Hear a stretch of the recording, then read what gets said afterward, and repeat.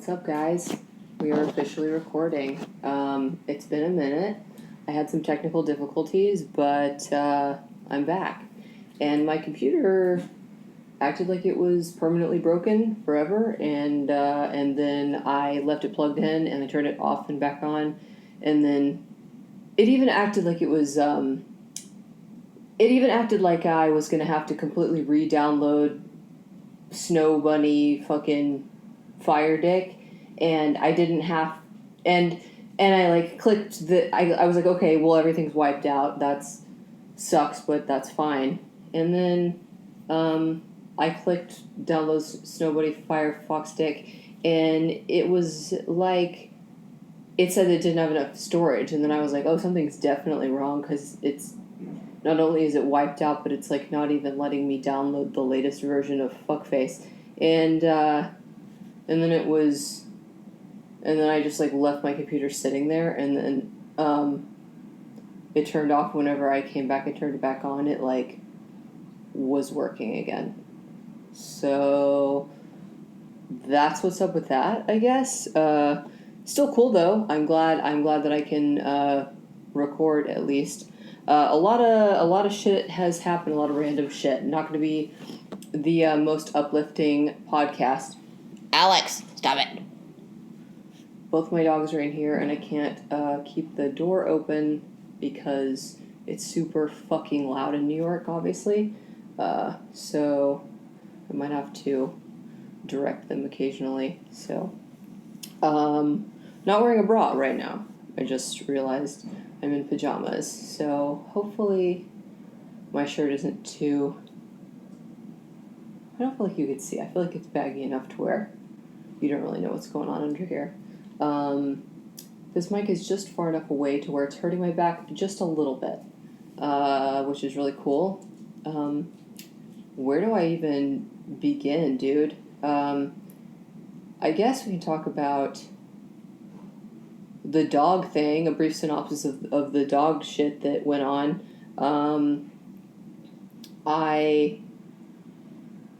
It was weird. I realized that any kind of random dog food thrown into your dog's diet is isn't good for your dogs, and it can oftentimes make them sick.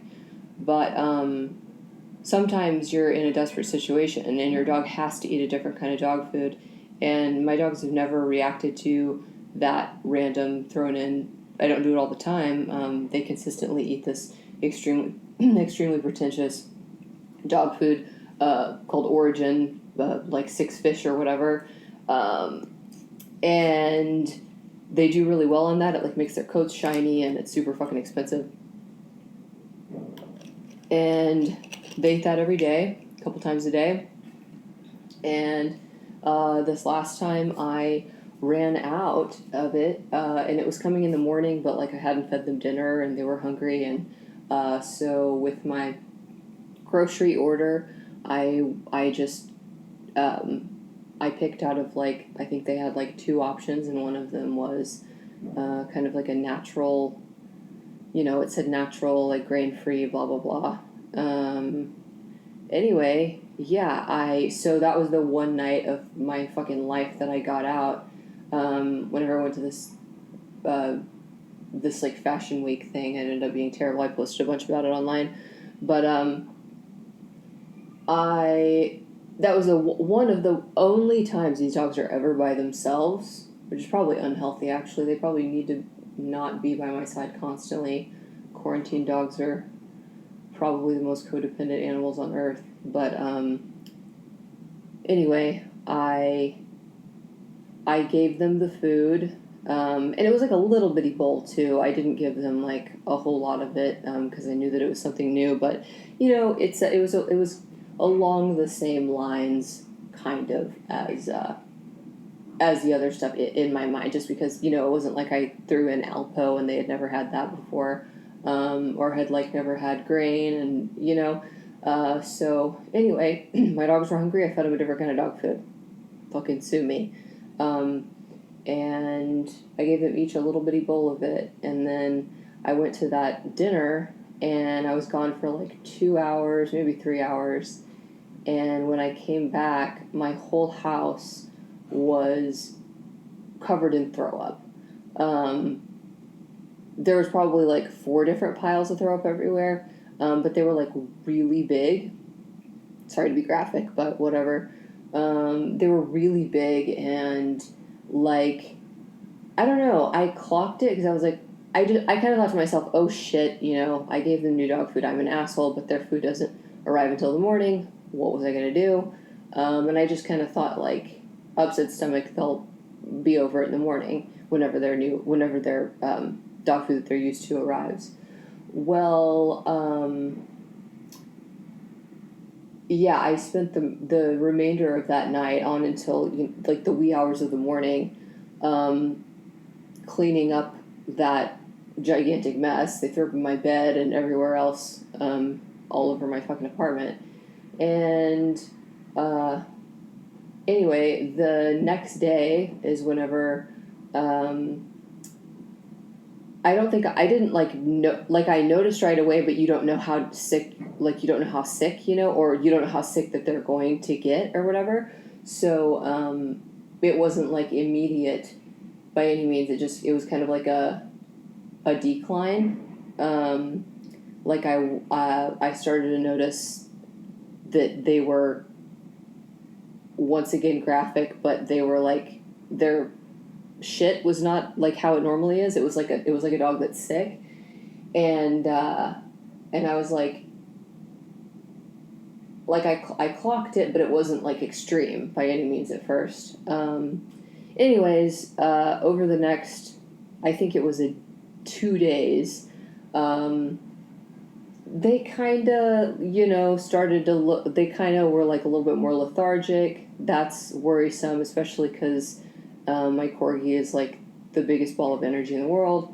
And then it was, whenever you just watch them like a hawk, and especially whenever they like show signs of not feeling well, you watch them like a hawk, and you're like, if this worsens, then I'm taking them in. Well, the next morning is when it was absolutely horrible. It just got absolutely horrible overnight, and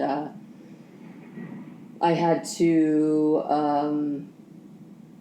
I won't go into graphic detail, I guess, about their symptoms, but a lot of blood coming from orifices is what I will say. Horror movie style. Terrifying. Sweetie was in way worse shape than Alex, but Alex was sick with the exact same sickness.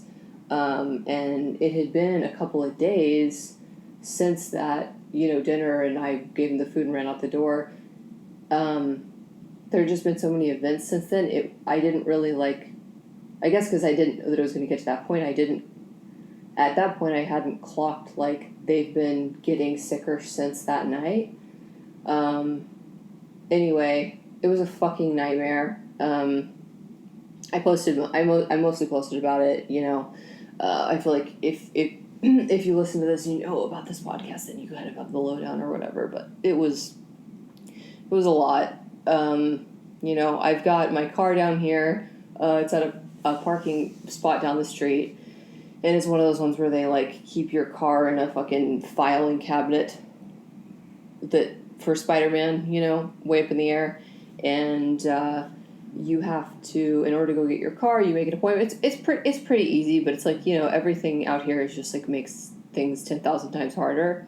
And whenever your dog is extremely sick, as soon as they started showing signs of it, I started looking into Ubers, and then I remembered that I have a car here, and Ubers won't take you and your dog.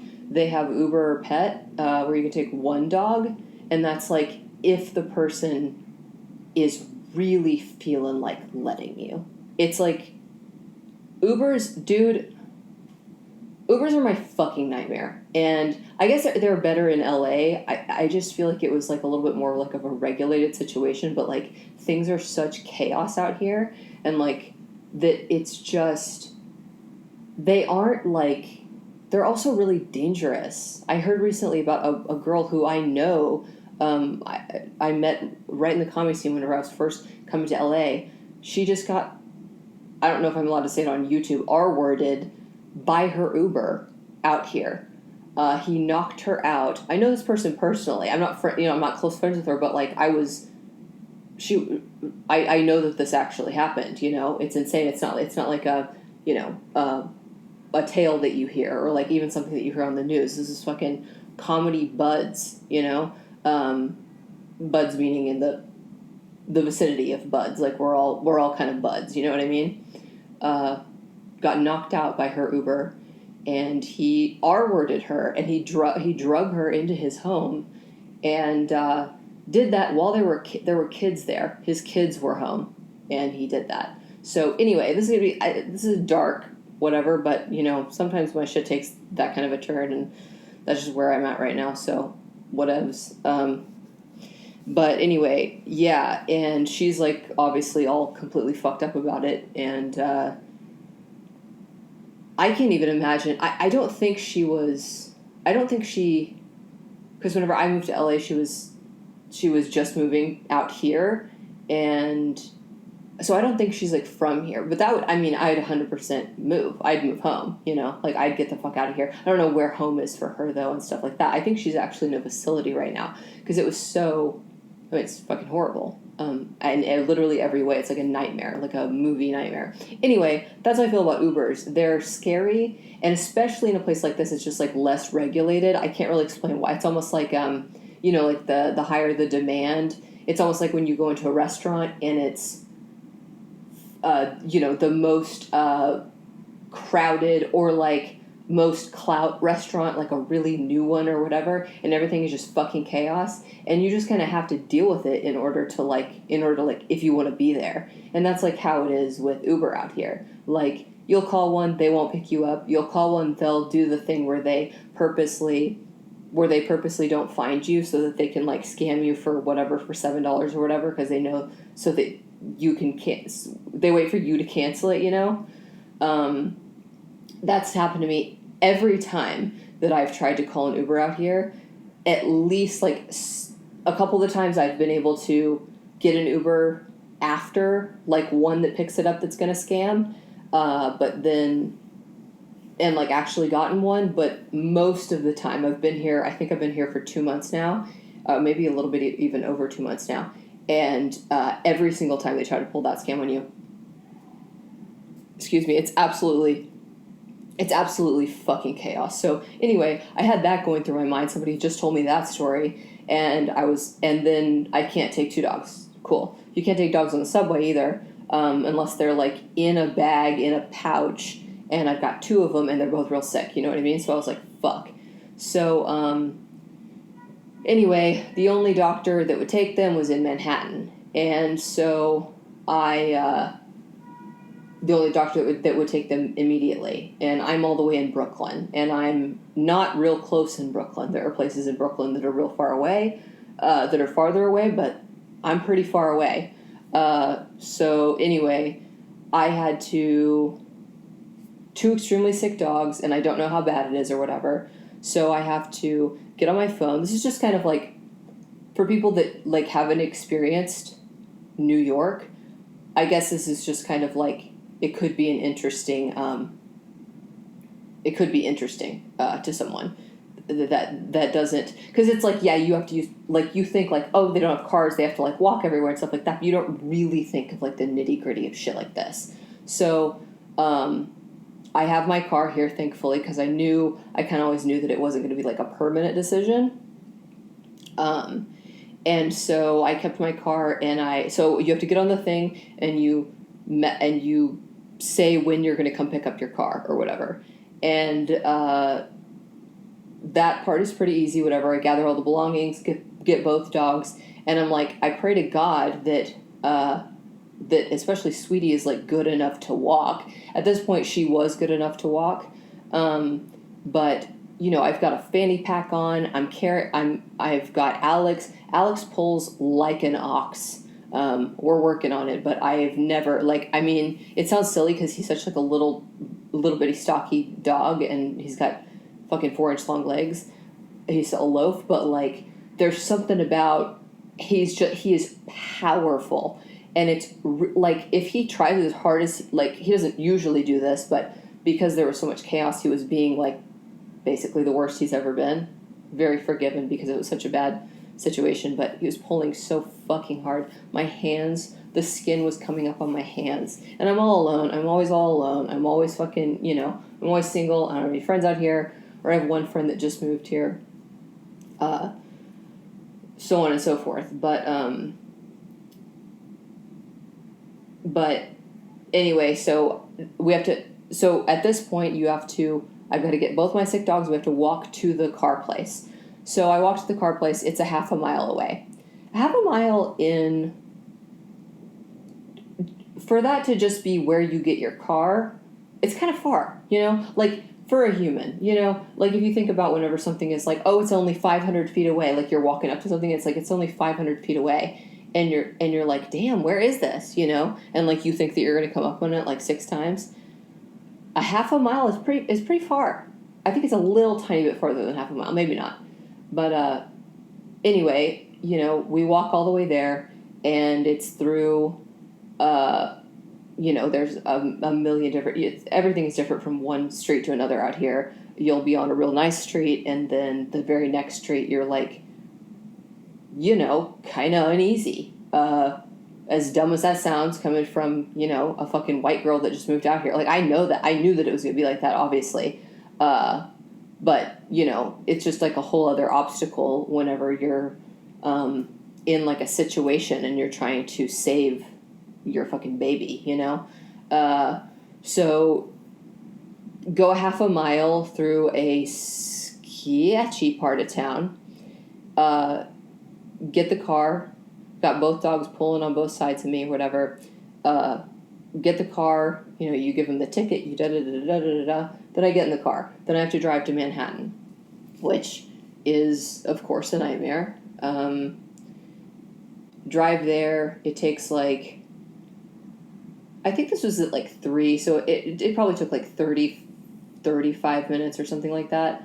But anyway, pull up in the car, I see the place, and you drive around and around and around, round and around and around and around and around and around and around and around, over and over and over and over and over and over and over again, looking for parking. That's what you do, because it's New York.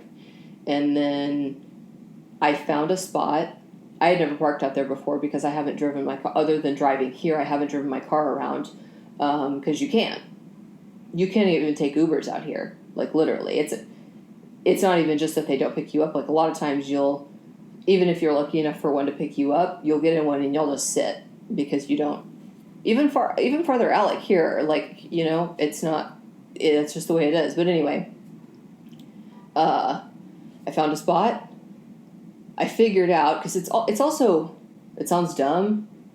This story might be boring. I don't know if this is boring you, especially if you've like lived here, then fucking, take your headphones out or whatever, because this isn't interesting to you. But it'd be interesting to me because I just never experienced it before,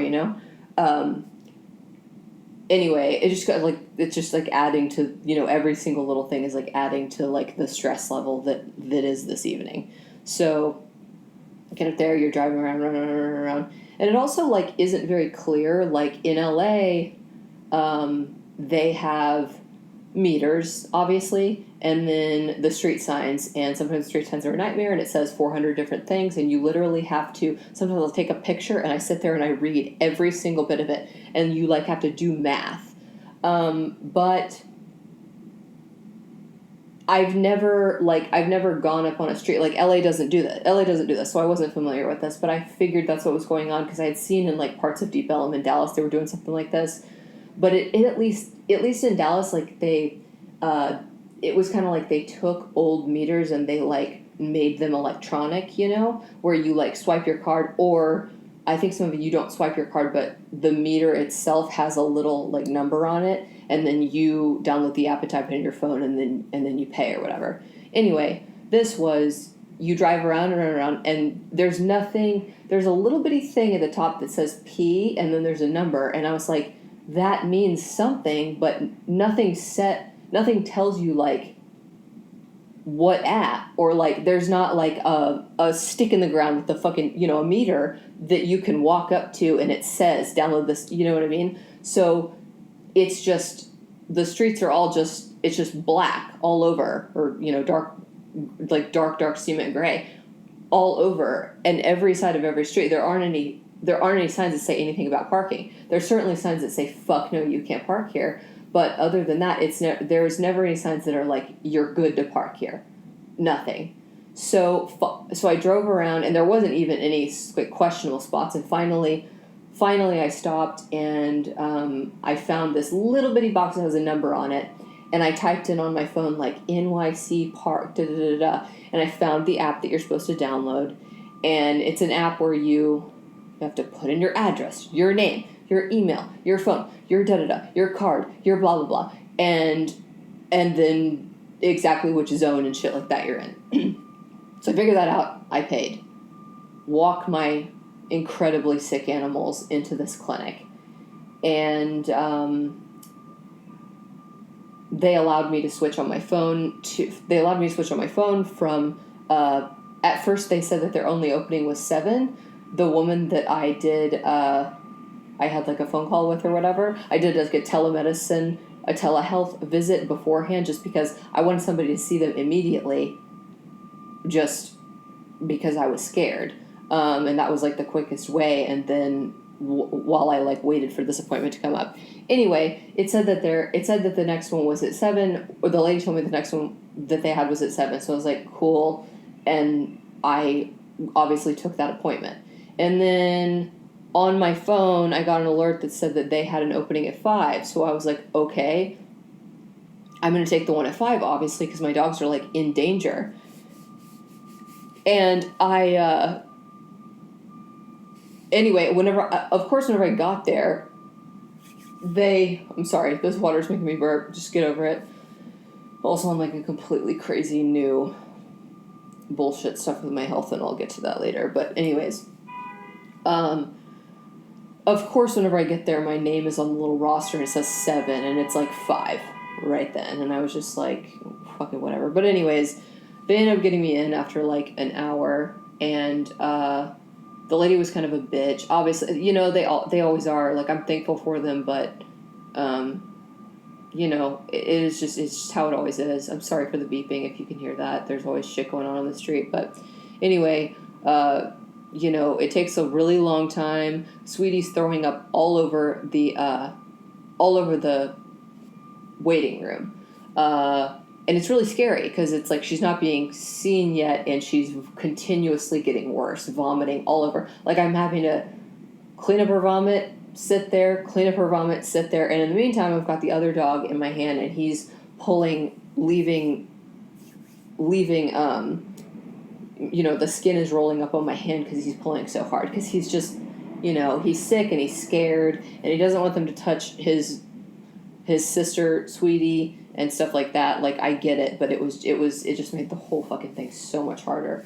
But, anyways, she got seen, and then the doctor was basically like, and then they took just her back, because they were like, she's bad, and he's not as bad, so we need to take her in.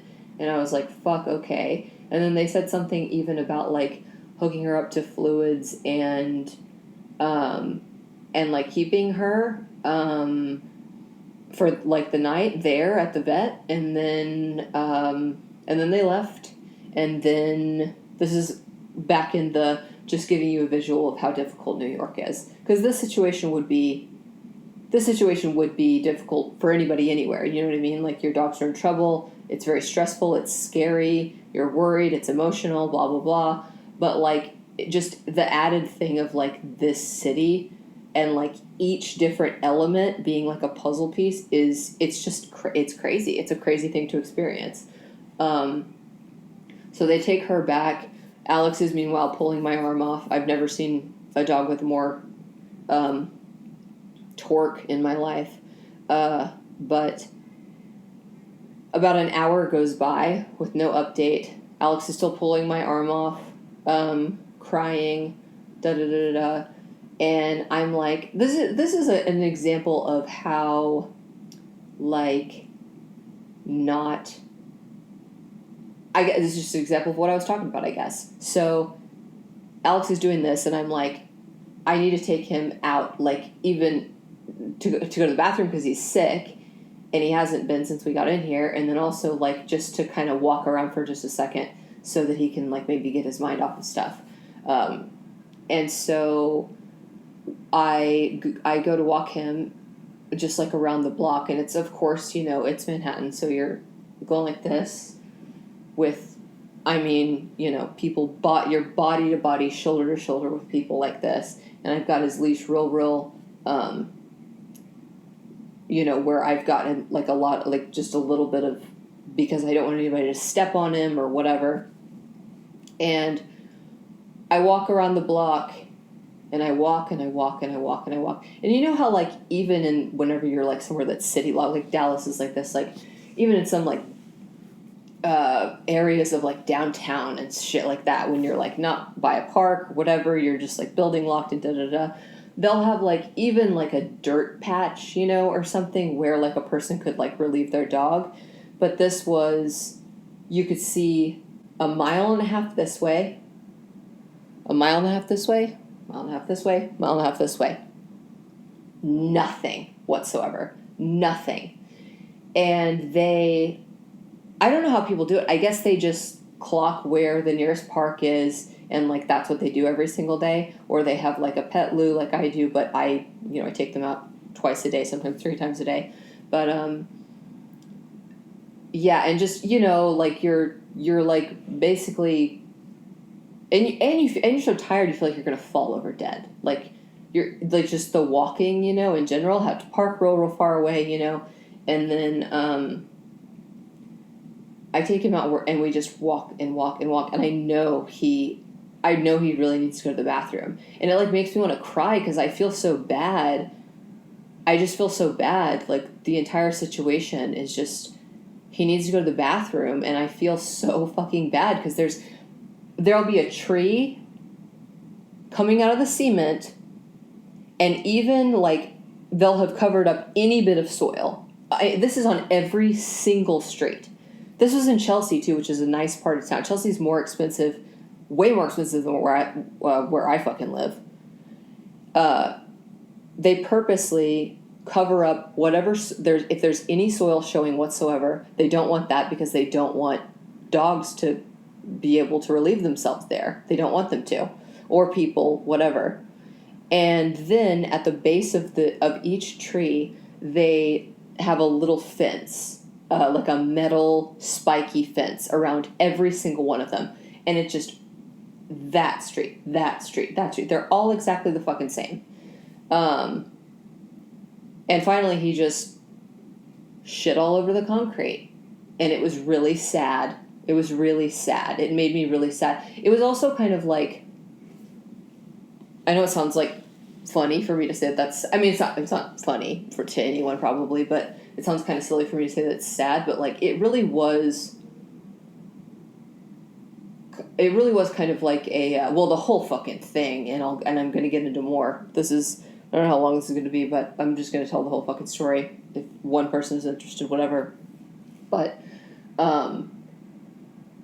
that moment in itself was just kind of like having this, creature that, he means a sickening amount to me, and like having him be in that situation, and like, we're here because of me, and I try to remedy that every single day of my life by working hard to have a nice enough place to live in where it's not a nightmare with 2 dogs. Number 1, I would not get a place that didn't have a patio, so that's number 2. But number 3, I literally work my butt off, like, trying to make them happy and stuff, just because it sounds silly because they're just fucking because they're dogs, but, like, being here, it's, like, I feel like it's difficult for a dog to, like, have a good life, unless you have, like, a house with a backyard and stuff like that. I'm not the kind of, like, I'm just not the kind of person that they would literally just be depressed, and Alex would fucking blow a hole through the wall. He's so he's got so much energy. I was just saying that on Snapchat yesterday. I'm gonna there we go. I was just saying that on Snapchat yesterday. He's got so much energy. Like, don't look at him and be like, I'm gonna get a corgi.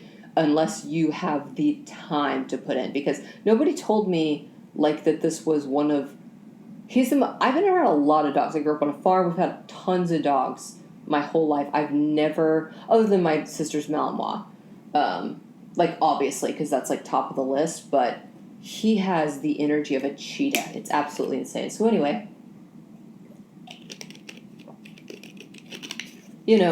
one and at this point I don't know if it's like if they picked up a bug because this city, I'm not trying to shit all over the city, but because it's so it's so filthy, the sidewalks are full of sludge and shit and piss and like seriously, like, and I do everything I can to like take them, get them enough exercise, to take them to the park every single day. I never miss a day. I never am like, tired and hungover and like don't take them. I take them every fucking day, always. It does not matter. Like it's my responsibility, it's my responsibility, especially for like, I'm the one that wanted to be here, so like I also have to make them happy if I'm gonna be here, so anyway, yeah, I just kind of like like that specific moment was just kind of like I just remember like having like a little surreal while people are bashing into me front and back, and I'm sitting there while my poor adorable little corgi gets sick all over this disgusting street where he's not even allowed, where he doesn't even get a patch of grass because it's so non-dog friendly. And I was just kind of like, I don't know. I just had this moment where I was like, I felt really bad because it sounds silly because it's dogs, but I was just like, I put them in this situation, like and I put them in the situation even though I'm trying literally the hardest I could possibly try. There's nothing else I could possibly do to try harder. I wipe them completely down whenever I walk back into my apartment, like, I make sure everything is pristine, cleaning up after them and stuff like that. Like, there's nothing else that I could possibly do, and they're still in danger. And having to get sick on the sidewalk because there isn't even a fucking patch of grass. It just made me want to have a mental breakdown. So anyways, people shoving me, da-da-da, I don't know how sweet he is. I go back to the vet. She comes out. She's like, you need to come back. She said her levels are way off. We can't even take her overnight. You need to take her to an emergency clinic because it's too severe for us to handle. And she said what was it? It was like her pancreas levels or something were the most alarming thing. And she gave me like a scenario of what the healthy levels are and then what hers were, and it was something absolutely out of this world. And anyway, she said, yeah, you're gonna have to da-da-da-da. So I get on my phone, I look up that place. It's a little over half a mile away. So I close out. They give me back Sweetie. I close out with them. They charge me $600. It was over $600, but it was around there. They charged me $600 for basically them to. They didn't do anything for her to help her. They just looked at her. They did take her blood to determine the levels thing, but they basically took $600 from me to tell me that the scope of severity was out of their jurisdiction. So I then was given back both of my dogs, told one of them could potentially be dying. She said she needs to be in somewhere for potentially a couple of days. She said, I believe that she probably will need to be in somewhere for a couple of days because her levels are deadly right now.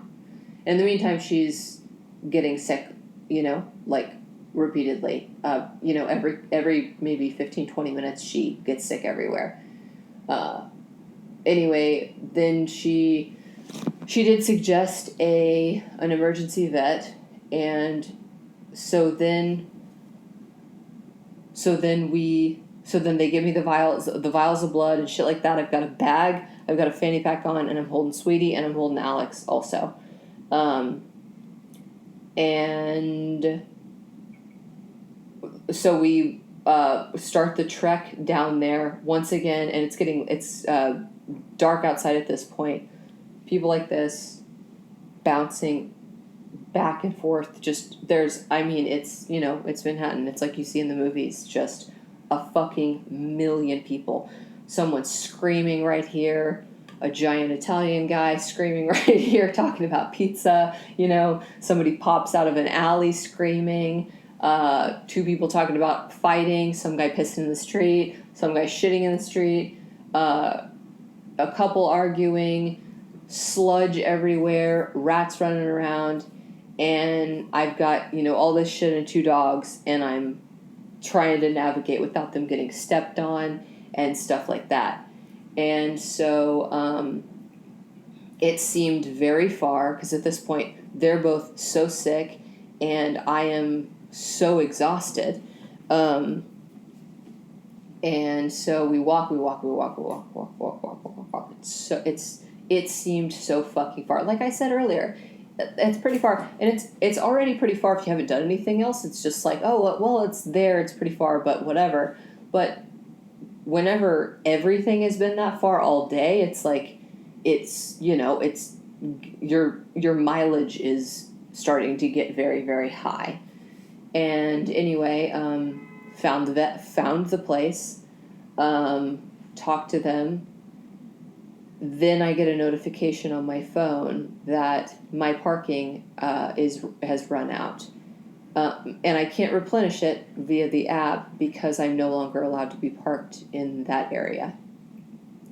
So I asked the person working there if someone in the building could watch my sick dog, because I'll take the other one who isn't as sick with me, because I need to go back I need to repark my car. And of course the person there goes around to a couple different people, and they can't do anything. They can't find anybody to help right now.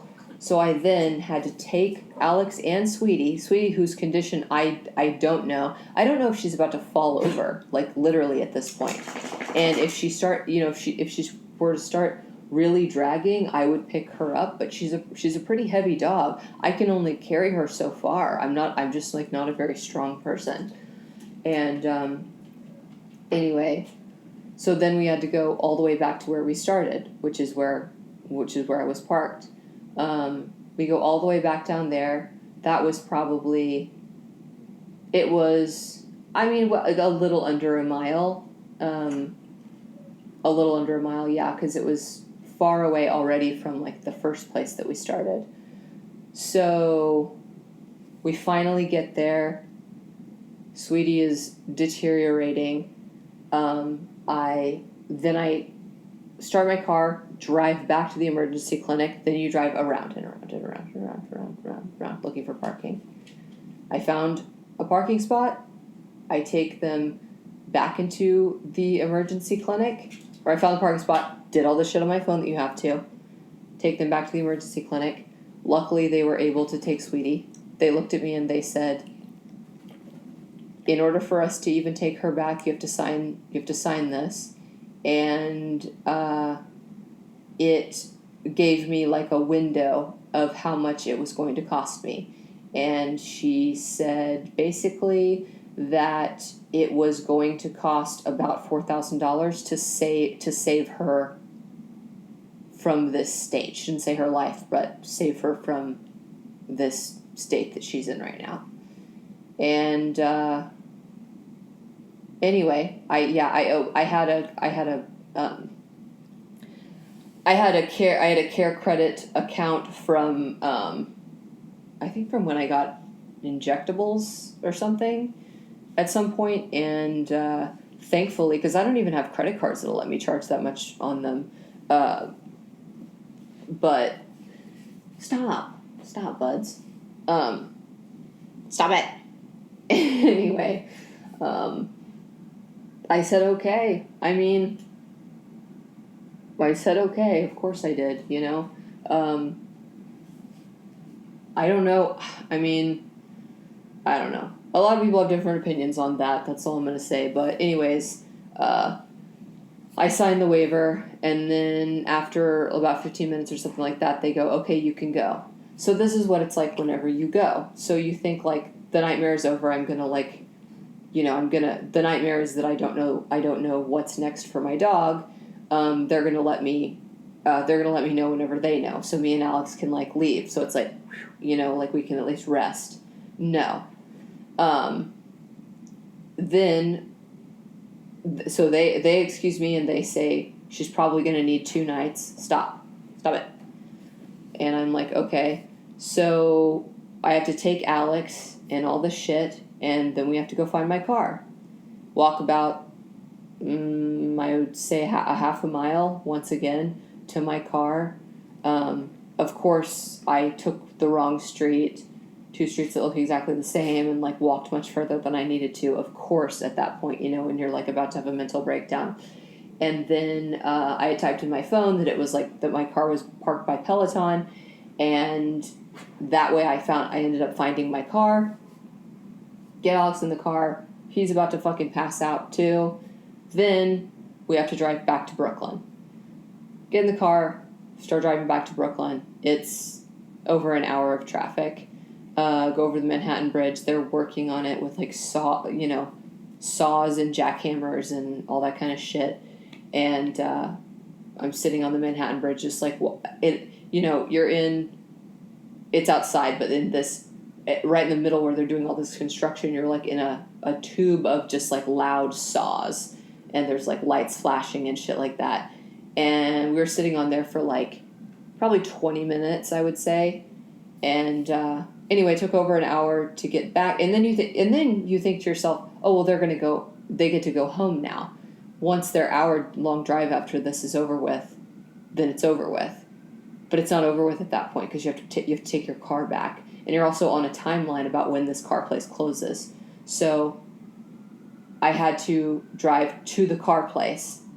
Of course, there's 2 car places on the same street a mile away from each other, and they're both called the exact same, like, they're both the exact same company thing. So of course I went to the wrong one, of course, because I'm, like, flustered. Of course I went to the one that's a mile away. A mile is about, well, in traffic out here, 20 minutes.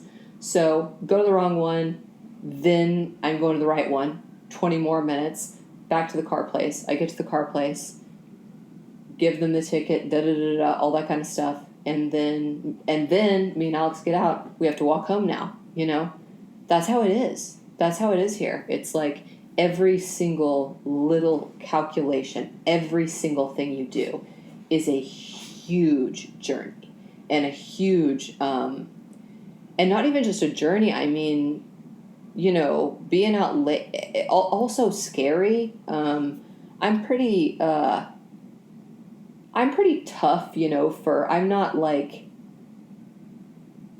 scrappy, but I'm not like an uncultured, I'm not an uncultured princess that, like, doesn't know shit. I've lived in LA. I've lived in dirty places in LA, bad places in LA. Nothing like where you're like nervous like this. This is a whole different ballgame for sure. So, then we have to walk back, just me and my little dog, all the way back to my apartment, which is far. Once again, it's like half a mile. It's pretty far. And then it's just like, throughout the whole day, all of these add up. And it was real hot those days. Anyway, it got back, and it's just like every little thing that you do, you're covered, drenched in sweat, and just like a layer of dirt constantly. Anyway, I didn't get any sleep that night. They said if you get a call, then that's bad news. They said no news is good news, blah, blah, blah. Anyway, she was in there for a night, and, well, it was a night and then almost another night. And because I picked her up at night the next night. But anyways, she ended up surviving $4,000 later, a little under $4,000 later. And yeah, they explained to me that they said that they think that they both ate something that was either poisoned or contaminated with like a bacteria. Stop it. Stop. He's poking me with his nose over and over again in the hand. And that's whenever I thought of that, because Sweetie is not like somebody, she's just not the kind of dog that like picks up different things off the ground like to eat. He absolutely is, but the likelihood of both these dogs, who I'm constantly looking in both of their faces all the time. I live in a 1-bedroom apartment with both of them, and like I work from home, so I'm constantly looking at them. The likelihood of both of them getting into something, and like there's nothing accessible that can hurt them within reach in my apartment, nothing whatsoever. So it would have to be outside somewhere, and then in that, like for both of my dogs to ingest some kind of poison or something, which at my sister's a park near my sister's house, there was a person, just an evil person, putting rat poison in little dog treats and throwing it around the park so the dogs would eat them and they would die. So even if it was like a situation like that, I just feel like I would, because I'm always walking both of them at the same time, like, and I'm always like really looking at them too when I'm on the streets of New York, specifically because you have to like, you have to navigate so much here. Like you have to get them around people and stuff like that. It's not just kind of like when I've walked them in my mom's neighborhood and stuff like that. It's like a sleepy little Texas town, and I like will be on my phone a bunch or like be looking at scenery a bunch or whatever because we're just kind of like out in the open. But this is so like I'm just more on it here. Like I'm more like watch them like a hawk, like a helicopter fucking parent or whatever. So the likelihood of us being out at like a park or something like that and both of them eating something at the same time and me not looking down and seeing either one of my dogs eating something is, I understand that it's possible. I'm not ruling that out, especially if it was like a treat, a little bitty treat that was laced with something, but still, for me to not even see them like smack or sniff or nothing when I'm constantly looking at them, I just feel like there's very little likelihood in that whatsoever. But yeah, that's whenever I thought back on like what the last couple of days had looked like, and I thought about that food, and I was like, everything went to hell right after that food. It was just a steady decline. As soon as they threw up all over the house, then it was the next day, it was worse, and then we needed a hospital. So there's that. I don't know, I'm not a scientist, I'm not 100% sure, I have no way of knowing, and I still have the bag, I looked into getting it, like, inspected or whatever, but, from what I can tell online, it says you need to report it to the FDA, and if they feel like investigating something further, that they will. It's basically completely up to them. You're kind of fucked. And then to get anything like sent to a lab and like tested for like poisons and shit like that is like extremely pricey. Because I was like, if it's, if there's like some kind of like diagnostic, or I guess that wouldn't be considered diagnostics, but some kind of like lab or whatever, even if it would cost me like $200, which I shouldn't be spending right now at all because my dog just cost me $4,000 to stay alive, I would do it, just to have like answers, and then even potentially go after them if it was their fault, and also alert other people, but I couldn't find any recalls or anything like that online, and then I contacted these like scientists or whatever that like do stuff kind of like in that realm. And they said that they don't do stuff like that. They said that they would have to know beforehand what they were testing for. And then the other articles that I looked at were just like, it would be so pricey, it wouldn't even be worth it. And I was just like, motherfucker. So anyway, I'm still going to hold on to the bag. I don't really know like what I would do at this point. But I'm so happy that she's alive. It was so alleviating, even going and picking her up, driving out there, finding parking, it was a fucking nightmare. Once again, she got sick all over my car on the way back, and then I go and park it, at the parking place, and then of course we've got this long trek back to my apartment, the next night, obviously, whenever I picked her up. And she's, sick on the way back from the parking garage to my apartment because it's far. She's sick. Once again, there's no grass for dogs anywhere. So it's the same situation again where I just feel like I don't know. It was just like, it was depressing and like out of body. I was so happy to get her, like I couldn't even like fully act on how happy I was that she was okay whenever I was in the emergency place. Because I didn't really even care. I didn't even care that much. I just like, I don't even think that I was like processing it all. I was trying to stay numb so that I could stay calm. I think that's just, it's like a defense mechanism. So I was like, because if I get emotional, then I'm not going to be able to stop crying because I'm just like, I'm exhausted and it's just like been so stressful. So anyway, but the moral, or the happy, the happy ending of the story is they're doing fine. Sweets isn't 100% yet, but Alex is 100%, and they're eating again, and they're happy, and we've even gone to the park a couple times since then, and I'm just so glad that they're alive. It's going to be a pain in the ass to pay for, but it was worth every cent. I love her dearly. I love her to death. What else was it I was going to talk about? The Gabby Petito stuff. Is that her last name? It's been a minute. I just went on a big ramble, so I'm like hazy on it now. That shit is going on right now. What day is this? Today is Monday the 20th. So as of right now, they're looking for the fiance and they found her body. But they're not, I don't think they've come out yet unless something has happened in the last hour or whatever that I've been talking. I think they're going to do the forensics either tonight or tomorrow or something like that to confirm 100% that it's her, but it's her, and he fucking did it, obviously. So it's horrible. It's so horrible. I can't even imagine. I cannot even imagine.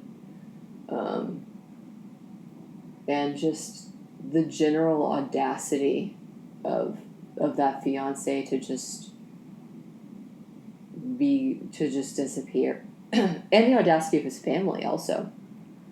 It's very clear and obvious that they know where he is and that they are hiding him, They might not be harboring him in their home or something, but he clearly came back from that, had contact with them, and then they were like, we don't really know where he is, he's been missing. It's very clear that they know what's going on and they're bullshitting everyone and they don't care enough.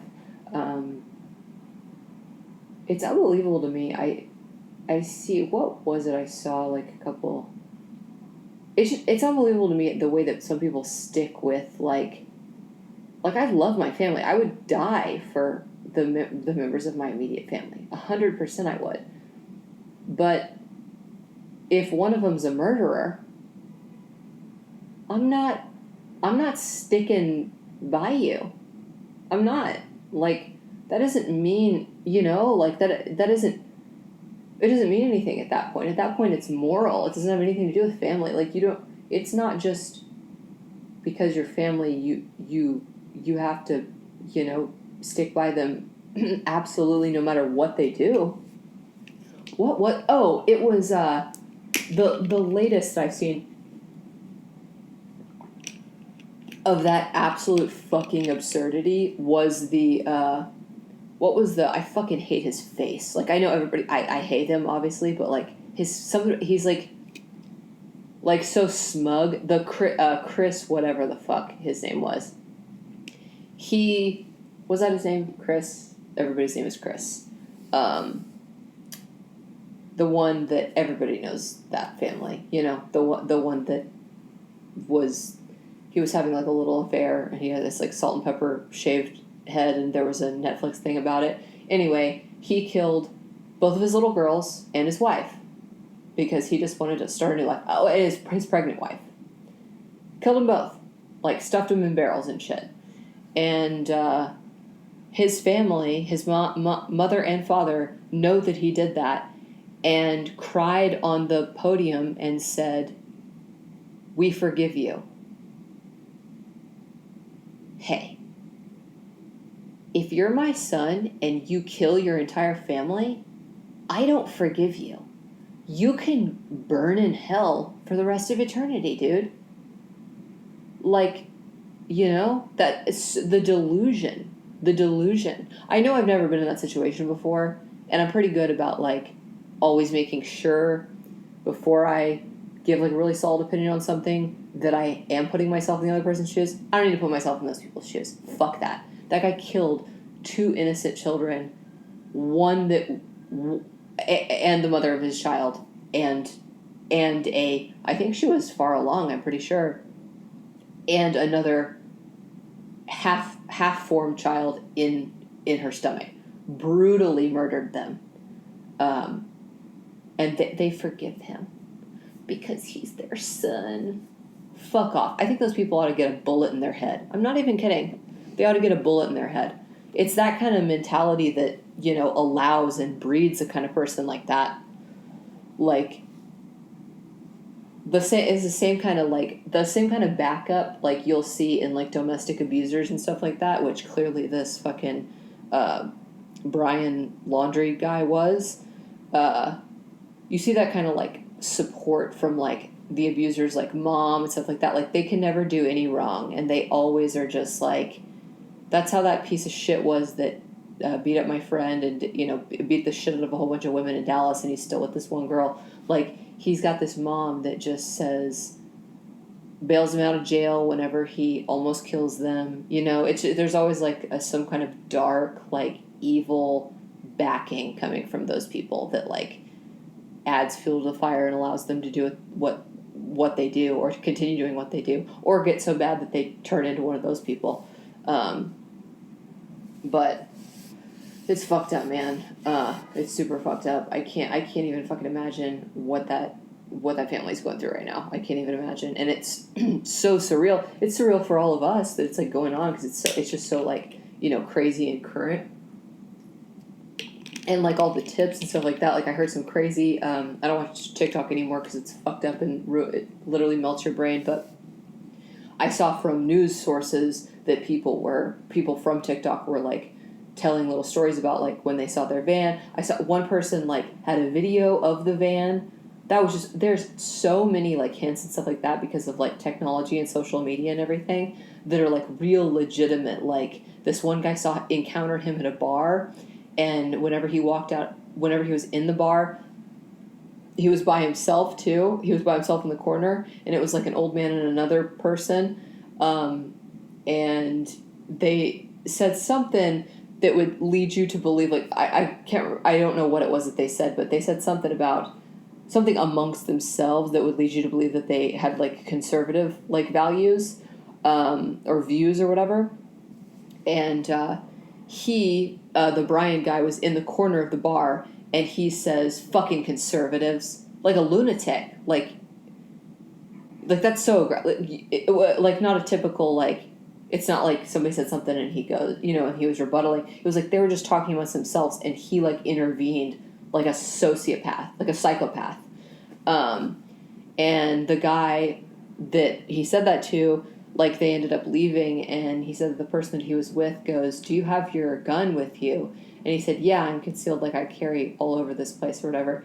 And they were like, good, because that guy made me really uneasy. Like, he gave me the worst murderer vibes. That's what they said about this guy. And they don't even know him other than that encounter. And now his fiance is gone, and he's fleeing probably the country. Anyway, it's crazy. It's absurd. Not the lightest hearted podcast of all time, but, we got to talk about current shit, and this is the current shit that's going on. I don't know, I've been going on for 60 minutes now. Let me see if there was anything else. I guess, I'll update you on my diet shit, and then we can fucking head out, because I'll just throw something else dismal a little bit into this, and it can just be the dismal podcast, and then maybe next week will be a little bit lighter.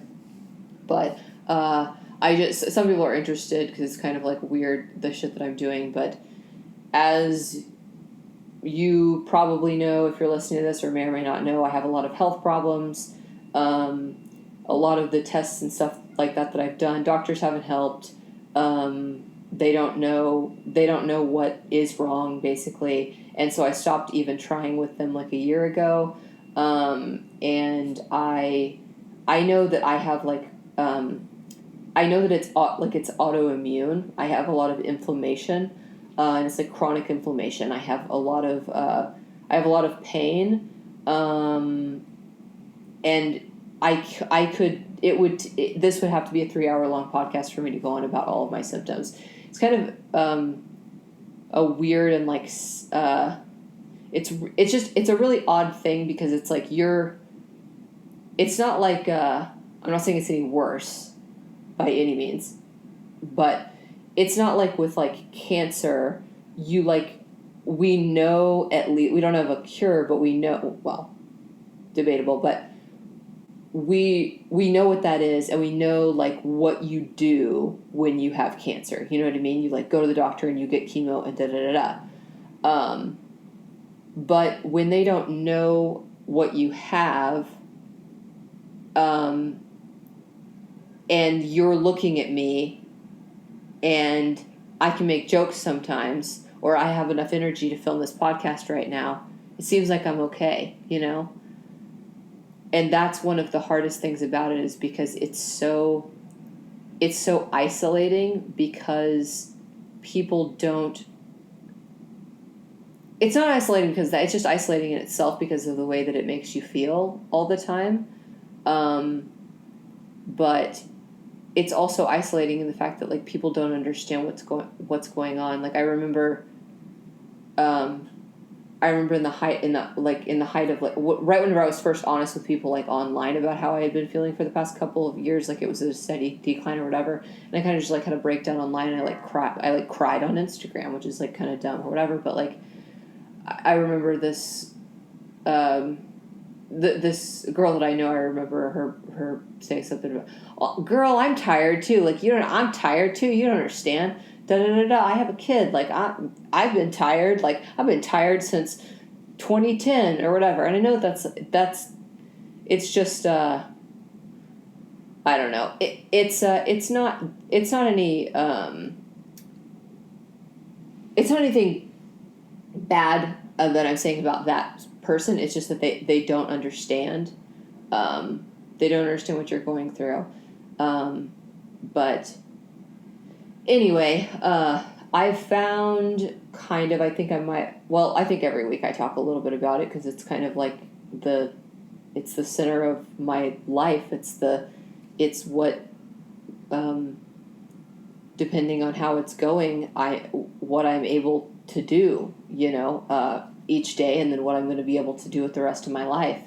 But I will say that I have found a group of people that are, especially a couple of them, that our symptoms are identical, and stuff that like I've had so many symptoms over the last couple of years that I could sit here and list 20 to you right now, and then hear somebody talking about something and go, oh my God, I totally have that too. And it's like it's a completely different, you know what I mean?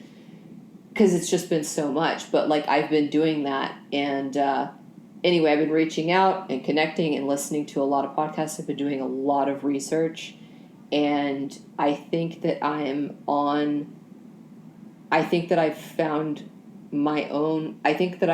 the solution for what I'm going through. I think that I found the solution. And I don't say that because I'm resolved right now.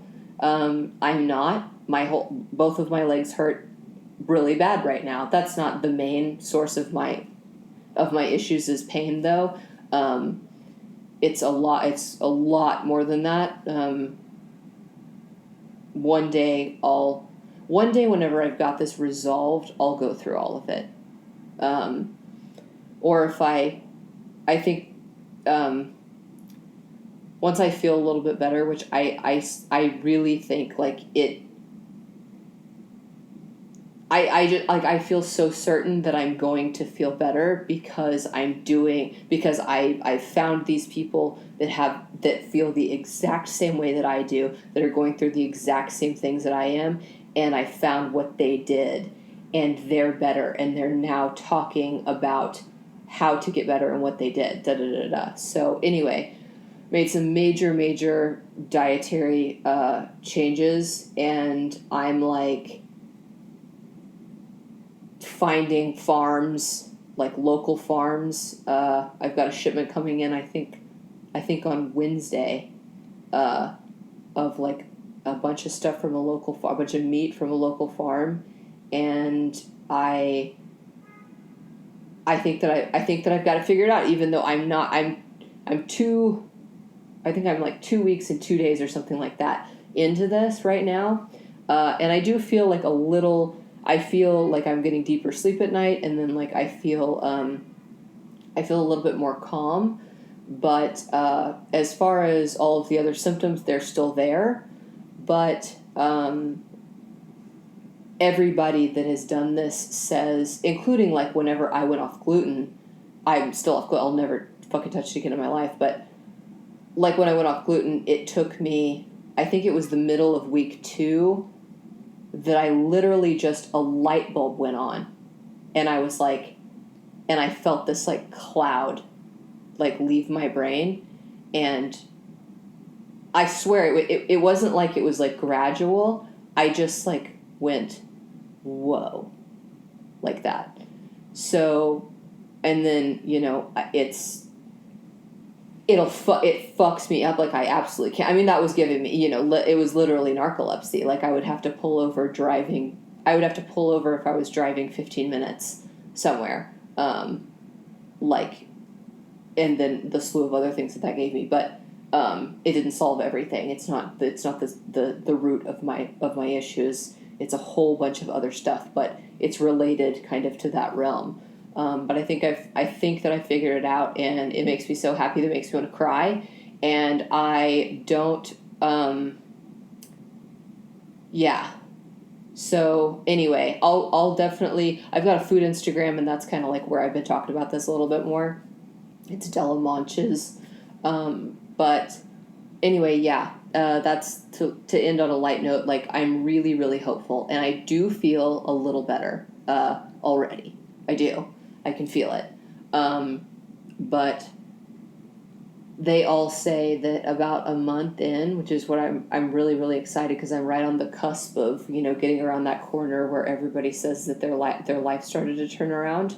I'm approaching that. And I don't know, I'm really excited. So I'll definitely report back, and it'll be really interesting. And it would be so wonderful. I would feel like it would make me feel like I have my life, but I don't even want to say back, because I've struggled with this for most of my, most of my adult life, but I was able to do stuff, but in the last couple of years, it is just, it's gotten so much worse. So I guess, yeah, it would be considered life back, but I've never been where a person is, where I'm supposed to be. So anyway, yeah, I'm excited about that, and I'll definitely like update.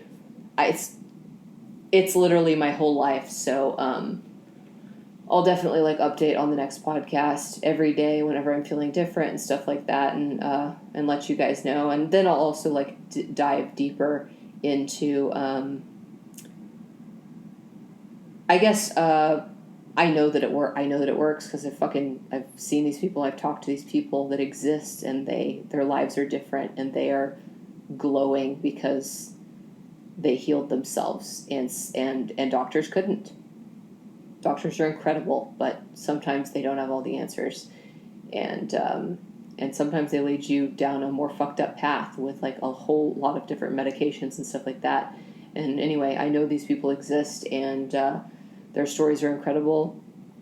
I want to have a couple of them on my podcast, but I have to get to feeling better first, before I can even do that. So anyway, I'll end on that note, but yeah, it's pretty interesting. And just hope, if you pray, that's cool. If you don't, then just hope or cross your fingers or whatever the fuck that it does work like I think it's going to. And, because I think it's going to. And I think it's gonna change everything, and I'll be able to get my fucking, it feels so weird to say that, but like get my fucking life back. My corgi's snoring, but anyways, and then